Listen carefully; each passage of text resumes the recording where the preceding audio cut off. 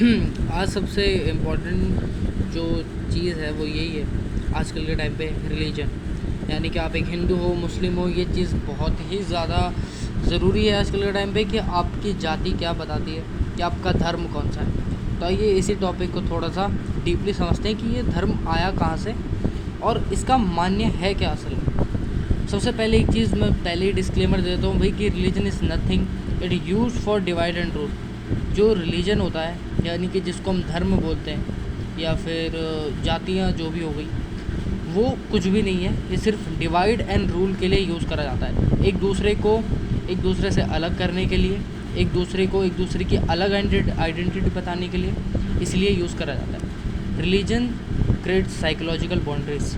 आप एक चीज़ सोचिए कि अगर आप एक हिंदू अपने आप को कहते हैं तो दूसरा आदमी आपके लिए फिर छोटा हो जाता है। आप किसी मुस्लिम को मुस्लिम की तरह देखेंगे, उसको एक इंसान की तरीके से नहीं, उसको आप लोग एक मुस्लिम के तौर पर देखेंगे, उसको एक मुस्लिम के तौर पर कंसिडर करते हैं। इस चीज़ का एग्जांपल समझते हैं कि एक आदमी है, एक्स पर्सन, और उसको उसके एंसेस्टर्स ने या फिर किसी ने उनकी फैमिली में बोला गया कि वो एक हिंदू है और उसका काम है शिव को पूजना, कृष्ण को पूजना, राम को पूजना।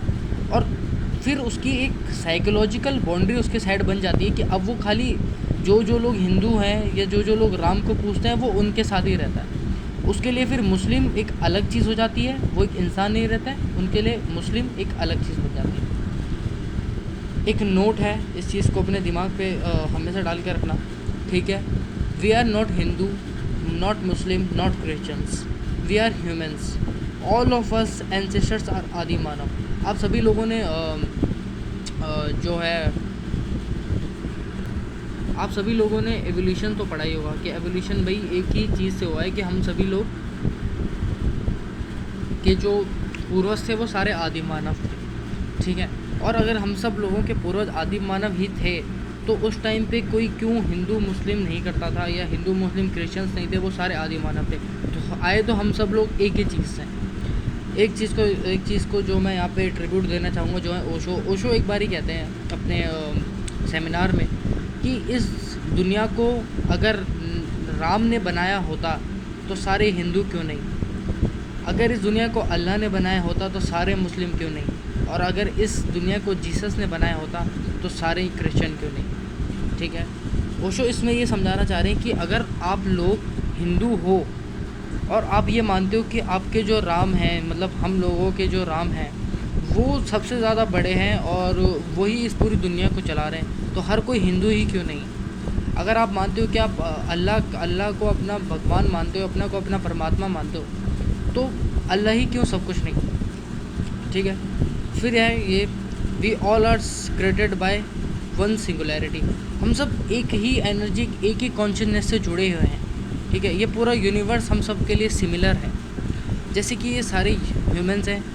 अभी हम सब लोग, अगर हम लोग पहले आदि मानव को देखते तो वो सारे के सारे ह्यूमंस के तौर पर कंसिडर करे जाते हैं, पर लेकिन अब हम लोगों के बीच में एक साइकोलॉजिकल बाउंड्रीज बना दी गई हैं। इस वजह से हम लोग अपने आप को दूसरे से अलग मानते हैं और इसी वजह के लिए हम एक दूसरे से लड़ते हैं। अब सवाल यहाँ पर इस वीडियो के लिए ये छोड़ा जाता है कि अगर हम सब लोग ना ही हिंदू है, ना ही मुस्लिम है और ह्यूमंस हैं, तो ये रिलीजन वाला जो चैप्टर है ये लाया क्यों गया।